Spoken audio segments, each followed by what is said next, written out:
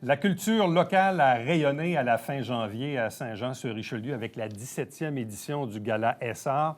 Plusieurs prix ont été décernés. Un prix partenariat avec Jacques Tremblay de Tremcar qu'on a reçu la semaine dernière, le prix Révélation avec la jeune violoniste Marianne Paquin. Également le prix Hommage décerné cette année au réalisateur de Saint-Jean-sur-Richelieu, Alain Desrochers, qui est avec nous. Bonjour, bienvenue, félicitations. Salut. De quelle façon as-tu appris que Saint-Jean-sur-Richelieu voulait t'honorer cette année? Mon Dieu, c'était comme une surprise. C'est ma conjointe qui a été communiquée. Ils ont communiqué avec ma conjointe, puis là, elle me dit « Ah, Alain, telle journée, il faut que tu réserves ton temps, il y a quelque chose de le fun qui va se passer. » Sans trop savoir. Sans trop savoir. Donc, la complicité des proches. Oui, exactement. Bon, quand tu as atterri à la fin janvier au Cabaret Théâtre du Vieux-Saint-Jean, as-tu compris finalement qu'on allait t'hommager? Ben oui, là, j'ai trouvé ça très intéressant. J'ai toujours été un gars qui encourageait beaucoup sa région, mettons. D'ailleurs, c'est la raison pour laquelle je suis revenu rester sur la rive sud de Montréal, parce que je voulais comme encourager le plus possible ma région. Puis quand je suis en tournage, souvent, je propose des lieux de tournage sur la rive sud de Montréal. J'ai tout le temps fait ça. Puis évidemment, toute mon équipe, ils sont jaloux parce qu'ils disent « Ah, il faut qu'on sorte de Montréal, il faut qu'on sorte de Montréal. » Ben moi, ça fait des années que je rentre à Montréal. Fait que là, vous allez sortir de Montréal. As-tu déjà fait le bilan de ta carrière? Puis ceci dit, ta carrière n'est pas terminée, tu as encore des projets à venir, mais quand tu regardes ces années passées, les 10, 15, 20, 30 dernières années, quel est le bilan, toi, que tu traces de cette carrière-là comme réalisateur? Ouf, c'est une grande question, ça. Je vais t'avouer que non, j'ai jamais fait vraiment le bilan de ma carrière comme tel. Moi, j'avance, puis je regarde pas beaucoup en arrière. Honnêtement, là, C'est ça, hein? non, moi, j'avance, puis je me pose plus de questions sur qu'est-ce qui s'en vient par rapport à ce que j'ai fait, là. C'est comme, pour moi, ce qui est important, c'est ce qui s'en vient. Fait que j'ai jamais vraiment fait de bilan de ma carrière. Bon, on dit de toi que tu es presque l'unique réalisateur ayant tourné des films d'action au Québec. Bon, Ouais. il y en a d'autres, mais qu'est-ce qui fait que ton style de réalisation s'est dirigé, disons, vers les films d'action? Pourquoi on dit de toi que tu es le seul au Québec à avoir fait ça? Les films d'action, c'est un gros mot, là, en ce sens où... moi, j'ai tout le temps aimé les films d'action. Puis à un moment donné, j'ai dit, pourquoi on n'en fait pas au Québec? Évidemment, il y a des raisons budgétaires à ça, parce que ça coûte plus cher faire un film d'action que faire un film intimiste un peu, là. Fait que puis quand j'ai fait Nitro, le premier, c'était mon but carrément. J'ai dit, moi, les Américains sont capables d'en faire des films avec des chars, là. On va mieux en chier un film avec un char, moi. Fait que c'était ça mon idéal. J'ai dit, Colin, on est capable de faire ça, nous autres aussi. Évidemment, il y a tout le temps, comme je disais tantôt, le côté budgétaire qui rentre en ligne de compte, là. Mais c'était Faut mon scraper but. 2-3 chars, quoi. Ben c'est ça. Puis on n'a pas tout le temps les budgets qu'il faut, mais je savais qu'on était capable. Puis mon but, c'était de faire un film, justement, un film d'action, mais sans armes à feu puis sans explosion. Ça, c'était mon but, ça. Puis j'ai réussi avec Nitro. C'était un film où il y avait bien de l'action, mais il n'y avait pas d'armes à feu puis il n'y avait pas d'explosion. Et c'est un film qui a connu un grand succès. Oui, tout à fait. Je me suis même rendu à Los Angeles avec ça. À Los Angeles, à un moment donné, il était super intéressé à travailler avec moi sur toutes sortes de projets que j'avais pitchés dans le temps, là. Mais oui, non, c'est sûr que ça avait été bien perçu par l'industrie commerciale, si on veut. Bon, est-ce que Nitro, c'est ta plus grande réalisation ou c'est celle qui est la plus connue parce qu'elle a été populaire? Oui, c'est ça qui est la plus connue, évidemment. Mais là, il y a Bon Cop, Bad Cop que j'ai fait dernièrement, là. Ça aussi, évidemment, là, ça l'a frappé fort. Puis j'ai fait Bon Cop, Bad Cop parce qu'il y avait beaucoup d'action aussi, et tout. Mais, je veux dire, ça avait été... c'est un film qui avait marqué quand même. Qui a marqué, puis qui marque encore, d'ailleurs. Tu sais, parfois, on fait des entrevues avec des chanteurs, des interprètes, puis souvent, la chanson qu'ils préfèrent n'est pas toujours celle qui est la plus connue. Donc, je te pose la question à toi, quand tu regardes l'ensemble de tes réalisations des dernières années, au-delà de ce qui est très populaire, c'est quoi le projet qui, pour toi, a été le plus intéressant, le plus challengeant, celui dont tu es le plus fier, qui n'est peut-être pas nécessairement le plus connu non plus? Celui qui est le projet duquel je suis le plus fier, c'est mon premier long-métrage, La Bouteille. C'était un film qui était bien personnel, puis je suis très fier de ça. C'est drôle parce que tu me demandes ça, parce que je l'ai regardé dernièrement. J'étais super surpris moi-même de ce film-là. Je trouve que c'est un beau film, sensible, touchant, avec une belle réalité, avec des comédiens extraordinaires qui commençaient à l'époque à avoir une bonne carrière. Réal Bossier, François Papineau, Sylvie Moreau. Fait que non, je suis très fier de ce film-là. C'est le film duquel je suis le plus fier, je dirais. Bon, tu disais tantôt en début d'entrevue que tu ne faisais pas beaucoup de bilan sur ce que tu as fait dans le passé. As-tu quand même une idée du nombre de films que tu as réalisés, le nombre de vidéoclips, le nombre de projets auxquels tu as été associé? Ben oui, les vidéoclips, j'en ai fait au-dessus de 200 vidéoclips. Ça, c'est fou, là. Ça, je le retrouve encore dans des archives. Et d'ailleurs, j'avais une maison de production dans le temps qui s'appelait Sinocfilm, où j'ai récupéré, quand on a fermé les portes de Sinocfilm, c'est moi qui ai récupéré tous les masters de tous les vidéoclips qui ont été faits. On a fait des vidéoclips là, de Céline Dion, Les Bébés, Éric Lapointe. Name it, on les faisait tous, les vidéoclips. Donc, on gagnait les prix à tour de bras de la meilleure maison de production toutes les années. Puis j'ai tout récupéré les pièces maîtresses de ces clips-là. Je les ai toutes encore dans un entrepôt à Saint-Jean, d'ailleurs. À quel moment est venue l'idée de devenir réalisateur dans la vie? Pour tes collègues là, qui t'ont croisé à l'école ou au cégep ici à Saint-Jean il y a quelques années, quelques décennies, je devrais dire. Oui. Mais est-ce que déjà, en sortant du cégep, toi, tu t'es dit, moi, un jour, je vais être réalisateur? En fait, ce que j'ai fait, je me rappelle, ça, c'était intéressant parce que j'avais carrément lâché le cégep. J'ai fait un deck en or à Saint-Jean-sur-Richelieu. J'ai lâché le cégep après la première année. J'ai fait un voyage aux îles de la Madeleine en vélo. Je me suis rendu en vélo aux îles de la Madeleine. Puis rendu aux îles de la Madeleine, j'ai bombé là pendant peut-être un mois. Je dormais sur le divan d'une maison qui faisait des films d'animation. André Chapdelaine, il faisait des films d'animation aux îles de la Madeleine. Il avait fait d'ailleurs un merveilleux film sur la chasse aux phoques dans le temps. Puis pendant que j'étais là, il y avait le tournage du film Mario de Jean Baudin. Puis là, je me suis assis sur le plateau de tournage parce que mon oncle faisait la figuration. Là, fait que moi, j'étais allé m'asseoir, puis là, je regardais ça, je regardais Jean Baudin réaliser. Puis là, j'ai dit, Colin, hey, moi, c'est ça que je veux faire dans la vie. Je veux diriger des gens, puis raconter des histoires. Fait que je suis revenu à Iberville. J'habitais à Iberville, moi, dans le temps. Je suis revenu, j'ai fini mon cégep, puis je suis rentré à l'Université Concordia en cinéma. Puis là... C'est là que ça a commencé. C'est là que ça a commencé, oui. C'était quoi le projet marquant en début de carrière qui t'a lancé? Parce que, bon, on le sait, il y a beaucoup d'appelés, peu d'élus. Les grands réalisateurs au Québec, on peut les compter sur les deux doigts, sur les doigts des deux mains. C'était quoi l'élément qui t'a fait connaître dans l'industrie? Ça a été les vidéoclips. C'est ça qui Principalement? Ben oui. Moi, j'ai eu la chance d'être dans l'époque où les vidéoclips étaient en pleine effervescence. Musique Plus, ça Il y avait de la demande là, pour la production. Il y avait de la demande pour la production. Tu t'es fait un nom là-dedans. Ben c'est ça. Puis les vidéoclips, puis évidemment, il y avait la publicité aussi. À un moment donné, on m'appelait le king du clip. À l'époque, on m'appelait carrément le king du clip parce que je gagnais des prix partout et tout et tout. Puis le vidéoclip m'a amené à faire la publicité. Puis j'ai fait des courts-métrages aussi. J'ai fait un court-métrage ou deux. Puis évidemment, c'est sûr que le cinéma, ça m'intéressait. Puis moi, j'étais puriste à l'époque. Quand tu étudies en cinéma, là, il n'est pas question que tu fasses de la vulgaire publicité. Tu sais, on était tous snobs à propos de ça, alors que c'est génial faire de la pub. Moi, j'adore ça. J'aime encore ça. Tourner puis filmer de la publicité. On a les moyens, on a tout, c'est le fun. Mais c'était carrément ça. Moi, c'est le vidéoclip qui me lançait. À défaut de faire des courts-métrages qui prenaient beaucoup de temps, dans les clips, on pouvait raconter des histoires puis faire plein d'affaires aussi, là.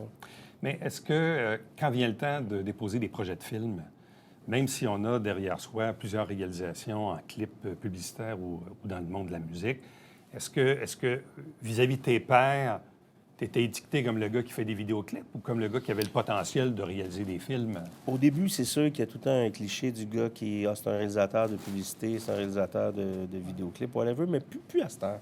Je dirais que maintenant, c'est plus comme ça. Je sens que de toute façon, les clips, ça a un peu disparu. Là. C'est plus la même chose. Là. Mais je dis non. Puis ce qui est intéressant, c'est que les clips, comme la publicité, ça m'a donné énormément d'expérience. Là. C'est avec cette expérience-là que ça m'a permis de faire des films, justement, puis d'aller plus loin encore. Là. Bon, là, on est en 2024. Prix hommage, oui, mais ta vie, ta carrière est loin d'être terminée. Tu as encore plusieurs projets sur la table. Tout à fait. J'ai plusieurs projets sur la table. Puis Mon but, moi, c'est de réaliser jusqu'à 94 ans. Fait que, je veux dire... Là, t'étais quoi, en fin cinquantaine? Là, je suis fin cinquantaine, j'ai 58 ans. Puis je veux dire, c'est comme... On s'entend qu'un réalisateur, c'est de la création. C'est comme un peintre. Un peintre ne va pas prendre sa retraite à 60 ans. Là. Il va peindre toute sa vie. Bon, là, tu as un projet embryonnaire. D'ailleurs, il y en a été référence dimanche soir à Tout le monde en parle avec Ludovic Bourgeois, qui est un film sur les bébés. Oui. Mais on est au début du projet. Début. Là. Début, on n'a même pas de scénariste encore. Je veux dire, on travaille là-dessus justement pour trouver un bon scénariste et tout, faire une belle histoire. Moi, j'ai fait plusieurs vidéoclips avec les bébés, donc je les connais bien. J'ai contribué. Je peux dire que j'ai contribué à leur succès en faisant des clips hallucinants qui étaient très beaux d'ailleurs. Quels sont les autres projets sur la table qui sont peut-être un peu plus avancés en ce moment? Je travaille aussi sur un film sur la vie de Boule Noire, de George Thurston. Ça, c'est super intéressant, un film biographique. Ça, c'est super intéressant. Sinon, je suis moi-même en train d'écrire un film. Pour la première fois de ma vie, j'ai décidé de prendre la plume et d'écrire mon premier scénario de A à Z. Ça, c'est un objectif que tu avais? J'ai tout le temps été complexé de l'écriture, mais là, à 58 ans, à un moment donné, je me suis dit, Alain, arrête d'être complexé. Là, écris, là, puis fais-toi corriger après. Moi, j'écris 5 mots, je fais 10 fautes. Fait que, mais c'est pas grave. J'ai décidé d'écrire mon premier scénario moi-même toute seule. Parce que j'ai toujours fait affaire avec des scénaristes pour écrire mes scénarios. Avec des idées souvent qui étaient idées originales d'Alain Desrochers, écrites par... C'est ça. Revenons sur la soirée du 26 janvier au gala Essar à Saint-Jean-sur-Richelieu. Tu disais tantôt, complicité de ta conjointe pour t'amener là. Ton fils Antoine, qui est comédien, qu'on a vu entre autres dans Stat dans la saison actuelle, faisait un étudiant en psychiatrie qui n'était pas commode. Dis-moi, je sais qu'il t'a livré un témoignage à l'occasion de cette soirée-là. Comment as-tu vécu cette soirée-là? Pris hommage, ton fils qui dit un mot en avant. Bref, comment tu as vécu ça? Ah, mon Dieu, j'étais super touché. J'ai encore le moton quand j'y pense. C'est sûr que, je dis, le fait de voir mon fils là, qui était là pour me faire un hommage avec ma conjointe et tout, c'était... Non, moi, j'ai beaucoup aimé ça. J'étais très honoré, je dirais. Puis mon fils, je suis très fier de lui parce que je l'ai mis devant une caméra. Jeune. Je pense qu'il y avait 5 ans la première fois que je l'ai fait jouer devant une caméra. Mes enfants, ma fille aussi, elle joue de la musique, elle compose de la musique, elle peint comme c'est pas permis, elle fait des expositions, puis le kit. J'ai tout fait pour qu'ils fassent des études en médecine ou en droit, mais ça n'a pas marché. Ça n'a pas marché, ils sont devenus des artistes. Qu'est-ce que tu veux? Mais c'est une vraie job! Ben oui! Wow. Ben oui, certain que c'est une vraie job. Bien, Alain Desrochers, merci beaucoup. Félicitations encore une fois. Je trouve ça intéressant que le Gala Essar, pour sa 17e édition, ait pensé à Alain Desrochers pour le prix Hommage. Prix Hommage, qui ne veut pas dire que ta carrière est terminée, mais on s'entend que tu as quand même quelques réalisations à ton actif. Tout à fait, mais elle ne fait que commencer. Elle ne fait que commencer. Et évidemment, la nation johannaise est bien fière de toi, Alain. Merci beaucoup. Merci beaucoup. Restez avec nous. On vous revient après ceci. Le Festival Sève est de retour dans le Vieux-Saint-Jean cette année, du 3 au 5 mai 2024, avec une liste d'artistes quand même assez intéressante, diversifiée, quand même des gros noms également. Bref, on voit qu'il y a une croissance dans ce festival, ce nouvel événement qui a commencé l'an dernier. Deux invités pour en parler. D'abord, Josiane Noiseux. Bonjour. Bonjour. Accompagnée de Justine Boutin. Bonjour et bienvenue. Bonjour, merci. Bon, Festival Sève, rappelons, pour ceux peut-être là, qui étaient là ou pas là, c'était au printemps passé, pas très loin du Nautique, festival printanier, c'était totalement nouveau. Bref, rappelons un peu les fondements même du Festival Sève. Bien, en fait, le Festival Sève est né d'une initiative de la Ville de Saint-Jean, qui avait lancé un appel de projet. Puis le but, c'était vraiment de mettre de l'avant les commerces locaux, d'avoir vraiment quelque chose qui se passait au sein du Vieux-Saint-Jean avec les commerces. Et puis, bien, nous, on a fait la proposition d'un festival de musique avec une scène principale, comme on disait, là, tout près de la marina, sur le bord de l'eau, mais aussi des stunts dans les commerces. Donc, l'an dernier, il y a eu 27 spectacles un peu partout dans le Vieux-Saint-Jean. C'est 23 000 visiteurs qui ont participé à l'événement. Et puis, bien, on était vraiment satisfaits du succès de l'événement. On le dit souvent, là, pour expliquer un peu Sève, on dit que c'est le dégel des festivals extérieurs. On commence la saison avec ça. Donc, puis on est bien content parce que la Ville a décidé de reconduire le projet une fois de plus cette année, là. Donc, revenons donc sur cette première édition. Est-ce que c'était à la hauteur des attentes, de vos attentes? Qu'est-ce que vous avez identifié comme étant intéressant ou des trucs à améliorer? Bref, c'est une première fois. Bref, c'est quoi votre portrait, votre bilan de ça? Ben oui, ben en fait, le gros coup de cœur, vraiment, là, sans contredit, c'est la scène qui a été érigée juste à côté de la marina. Étrangement, il y a peu d'événements qui ont lieu sur le bord de l'eau, là, sur le bord du canal, et pourtant, c'est magnifique, c'est vraiment, vraiment beau. Donc, quand on a vu la scène avec les artistes, l'eau derrière, le coucher de soleil de l'autre côté qui faisait une lumière extraordinaire, on a vraiment dit, wow, ça, on tient quelque chose de vraiment bien. Ensuite de ça, on a eu des stunts un peu partout. L'an passé, on invitait les gens à entrer leur numéro de téléphone, puis il y avait des alertes via texto, du genre, ah, dans 20 minutes, il va y avoir un spectacle à tel endroit, soyez présents dans 1 heure, un autre spectacle à tel endroit. C'était bien, le concept était le fun, le concept de surprise était le fun. Par contre, pour certains stunts, c'était peut-être difficile aux gens de se déplacer, de se rendre. Donc, ben, c'est quelque chose qu'on a amélioré cette année et qu'on a décidé de faire autrement. Oui, ça c'est vrai. Mais je me rappelle de ça parce que l'an dernier, il y avait des noms qui étaient connus, mais il y avait des spectacles surprises. Exact. Encore là, faut-il être pas trop loin quand ça arrive? Bien, c'est exactement ça. Puis à un moment donné aussi, on veut vraiment mettre de l'avant les commerces locaux. Donc, en se disant que si les gens le savent d'avance, bien, les gens vont pouvoir s'y préparer, les gens vont pouvoir se faire un itinéraire. Puis cette année, on va avoir une application mobile.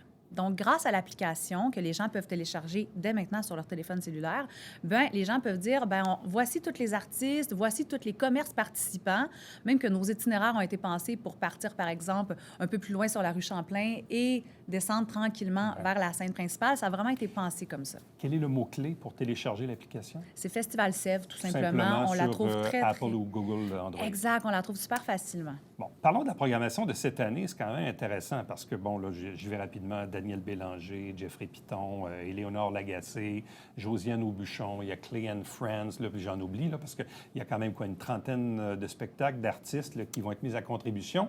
Daniel Bélanger, c'est quand même un gros nom dans l'industrie. C'est un très gros nom dans l'industrie. On est fiers. Moi, je suis vraiment contente de dire qu'on a Daniel Bélanger pour une 2e édition, dans le sens qu'on est un jeune festival, on est encore en train de faire nos preuves.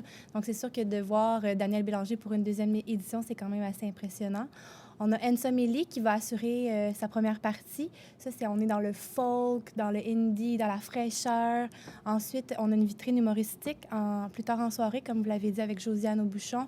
Mona de Grenoble, oui, Mona, qui est nominée cette année dans la découverte de l'année pour le Gala des Oliviers, et P.O. Forget, qui a remporté l'Olivier du meilleur texte web en 2022 au Gala des Oliviers. En bâtissant cette programmation-là, Oui. qu'est-ce que vous aviez derrière l'idée? C'est quoi que vous vouliez exactement pour cette année? Découverte, je te dirais. Le mot découverte, autant musical que humoristique, et de faire vivre une expérience en faisant justement des découvertes. On a beaucoup de jeunes rappeurs, des nouvelles sensations. Donc, non, c'est vraiment, le mot est à la relève et à la découverte musicale. Là, parmi tous les noms là, qu'on a nommés, ce qui est intéressant à dire, c'est qu'il y en a certains qui seront sur la scène principale, mais il y en a d'autres qui seront dans les commerces. Là, je vois, exemple, je me réfère, disons, à l'article du Canada français d'il y a 2 semaines. Exemple, comme Jeffrey Piton, lui, il va être chez 13 Chocolats, ou Éléonore Lagacé va être au Morse. Donc, c'est un peu ça, la répartition. On a des artistes sur la grande scène, mais aussi des artistes dans les commerces. Exactement. Et tout ce qui se passe dans les commerces, c'est gratuit. Donc, on a un défi et enfin une volonté de rendre accessible la culture. Donc, tout ce qui se passe dans les commerces, c'est gratuit. Les gens peuvent tout simplement se pointer, soit aller magasiner, prendre un verre, mais en même temps profiter de ces performances culturelles-là. Tu l'as nommé, Éric, il y a des artistes plus connus comme Éléonore Lagacé, qu'on connaît bien. Puis, il y a d'autres artistes émergents que ce sera vraiment des coups de cœur, de notre équipe, puis on veut faire découvrir aux personnes. Bon. Tu disais tantôt, oui, les artistes dans les commerces, c'est gratuit, parce que là, du côté de la grande scène, c'est un peu nouveau, mais il y aura donc des frais qui vont s'appliquer. Exactement, parce que notre but, bien évidemment, c'est de reconduire cet événement-là année après année, puis d'avoir un frais qui reste quand même très, très bas. Là, on parle de 20 là, pour assister à un spectacle une journée, puis le passeport pour les 2 jours est à 30 Le dimanche, c'est gratuit. Desjardins a décidé de rendre la programmation gratuite le dimanche. Donc, ça reste super abordable, mais oui, c'est tout nouveau cette année là, que les gens Bon, parce que malgré le fait probablement que la Ville, évidemment, subventionne en partie, il n'en reste pas moins que pour la pérennité de l'événement, il y a des enjeux financiers, là. C'est indéniable. Exactement, oui. Puis notre désir, c'est d'avoir quand même des artistes connu, reconnu, que les gens veulent aller voir. Donc, on trouvait que c'était quand même raisonnable et abordable de dire que pour 20 $ on peut aller voir Daniel Bélanger sur le bord de l'eau, puis qu'en même temps, ceux qui désirent tout simplement juste aller se promener puis faire des découvertes musicales, les deux options sont possibles. Donc, le vendredi, samedi, la grande scène est payante. C'est 20 $ par soir ou 30 $ pour les 2 soirs. Exactement. Puis on finit ça en beauté avec Tire le Coyote le dimanche, gratuitement. Gratuitement parce que le dimanche est subventionné par, commandité par Desjardins. Par déjà. Exactement. Bon. L'an dernier, 23 000 spectateurs. Qu'est-ce que vous anticipez cette année? Bien, honnêtement, on avait un objectif d'accueillir 25 000 festivaliers. Je pense qu'on va en avoir un peu plus que ça parce que là, l'événement se parle, les gens sont enthousiastes, les gens sont contents. On a tout plein de gens qui nous écrivent. Donc, je pense que le 25 000 festivaliers va être très facilement atteignable cette année. À ce moment-là de l'année, les festivals extérieurs, il n'y en a pas vraiment. On est le premier sur la liste d'une bien longue liste de festivals pour bien des artistes. Là. Je prends un exemple Dumas l'année dernière qui a dit « Je casse la glace avec vous pour mon été », puis il trouvait que ça commençait très bien. Là. Et le fait d'être le premier et à une période de l'année où il n'y en a pas beaucoup, est-ce que c'est plus facile pour le booking des artistes? Sur oui. leur disponibilité, Oui, en fait? parce que en ce moment, dans le booking au mois de mai, les gens sont pas mal en salle. Donc, je vous dirais que oui, il y a une fébrilité, puis les gens sont contents de passer par Sèvres. Puis c'est le premier d'une route de festival pour bien des artistes. Que vous ont dit les autorités de la ville, les commerçants du centre-ville suite à la première édition? C'était quoi la réception à l'égard de l'événement? La réception a été vraiment positive, honnêtement. Les gens étaient surpris de voir ça, surtout... mais en fait, la collaboration avec la Ville de Saint-Jean se fait de façon... C'est très, très fluide. Ils sont là pour nous aider. Vraiment, ça se passe super bien. Les commentaires ont été très positifs. Puis non, c'est vraiment... Ça se passe bien à ce niveau-là. J'ai pas un mot à dire là-dessus. Puis les commerçants étaient contents d'accueillir des bands, de faire des découvertes, aussi de voir le Mixbus. Le Mixbus qui va aussi revenir cette année, mais de voir le Mixbus, ce gros autobus multicolore-là, se promener un peu partout dans le vieux, se stationner dans des endroits. Vraiment, ça a créé des beaux moments magiques. Là. Bon, revenons sur l'idée de mettre la scène à côté de la marina de Nautique. Moi, le premier, j'étais surpris l'an dernier, mais pas surpris, oui, mais en même temps, je fais partie de ces nostalgiques qui aimaient bien la fête nationale sur le bord de l'eau. Je sais que pour la sécurité, semble-t-il, c'était bien compliqué. Mais mes plus belles fêtes nationales, moi, ils ont été sur le bord de l'eau, ici en bas. C'est très étroit, c'est vrai. Peut-être plus compliqué, mais c'est bien. Là, dans le fond, la scène, elle n'est pas sur la rue du Quai parce qu'elle est au bout du parc. Mais d'où est venue l'idée de mettre la scène à côté de la marina? Bien, honnêtement... C'est la ville, ça, qui vous a non, demandé c'est ça? nous. Ouais? C'est nous qui avons décidé de on regardait ça aller. Moi, mon bureau, ma place d'affaires est ici dans le Vieux-Saint-Jean. Tu sais, je connais bien le Vieux. Puis je trouvais que quand on pensait à tout ça, on voulait aussi se détacher un peu, bien évidemment, des événements qui se font déjà. On ne voulait pas faire un copier-coller de ce qu'on connaît déjà. Au parc Géry-Boulet. C'est ça, ou directement sur la rue. On voulait vraiment sortir un peu de ce qui se fait habituellement. Et puis, quand on a vu... On dirait que c'était une évidence dans ma tête que ça faisait du sens. Par contre, on avait quand même une certaine collaboration à faire avec la marina, avec le restaurant Les Berges. C'est aussi un terrain qui appartient à Parc Canada. Oui. Donc, on doit gérer avec ces entités-là. Mais encore une fois, Parc Canada, ça va très bien, le travail avec eux, la collaboration se fait bien. Donc, Pas eu d'enjeu avec le vin et la structure de la scène, non? Ça va? non, ça c'est... Quelques affichages qui Oui, sont c'est ça. partis en plein On va juste acheter vol. plus de taille-up, Oui, c'est ça? exactement. On apprend. On en a appris rapidement, puis on a vite géré la Oui, situation, oui. mais ça se fait bien. Mais là, vous autres, vous gérez d'autres événements culturels là, Oui. ailleurs au Québec, c'est ça? Assurément, oui. En fait, plusieurs connaissent le festival Soif de musique à Cowansville. Ouais. Donc, c'est nous qui sommes en charge de ça. Et puis, on organise aussi tout plein d'événements corporatifs, culturels et touristiques. Donc, aussi des fêtes gourmandes comme les Folies gourmandes à Granby. On fait des marchés de Noël comme celui de Bromont. On s'occupe de la programmation de Bromont Montagne d'Expérience. On fait tout plein de belles choses, mais oui, ça fait... On met du bonheur, nous, dans le cœur des gens. Voilà. Et le Festival Sèvres occupe quelle place là-dedans? Ah, ben là, c'est une place très, très importante. Moi, Ouais. j'arrête pas de dire que c'est mon petit préféré. Je Ouais. sais pas. Il y a une fraîcheur, c'est estival, c'est festif. C'est familial aussi. Oui. On voit que tout le monde y trouve son compte, puis Ouais. c'est bien le fun. Donc, important de télécharger l'application mobile dans votre téléphone, Festival Sève. Ceux qui veulent déjà acheter le billet ou le passeport, ça se fait aussi via l'appli? Via le site Internet, vraiment, tous les billets sont là, autant pour la scène principale que le cabaret d'humour. Vraiment, les gens peuvent aller acheter leur... Bon, là, qu'est-ce qu'il vous reste à faire d'ici l'événement? Oui, beaucoup de choses. Ça a l'air tout attaché, tout ficelé, Ouais, non, là. c'est ça. On en a chaud, là. Non. Il reste... On a une belle to-do list à faire, là, une belle liste de tâches. On là. s'ennuiera pas. Non, mais toujours dans le plaisir. Parfait. Donc, Festival Sève, 2e édition du 3 au 5 mai à Saint-Jean-sur-Richelieu, dans le Vieux-Saint-Jean, scène principale près de la marina, le nautique, mais sinon d'autres spectacles également dans les commerces. C'est totalement gratuit pour ce qui est du dimanche, entre autres, mais gratuit également dans les commerces du centre-ville. À vous deux, merci beaucoup. Félicitations, puis bonne chance pour cette 2e édition. Merci. Restez avec nous. On vous revient après ceci.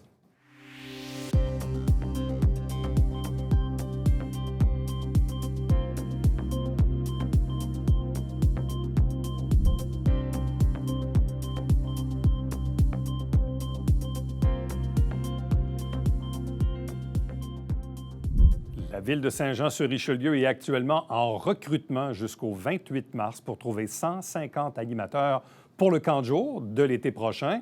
Évidemment, il y a l'âge, les études et tout ça. Il y en a qui ont déjà été animateurs qui vont sûrement revenir et des nouveaux. Si vous avez de l'intérêt pour vos enfants, c'est le temps de s'inscrire. À demain.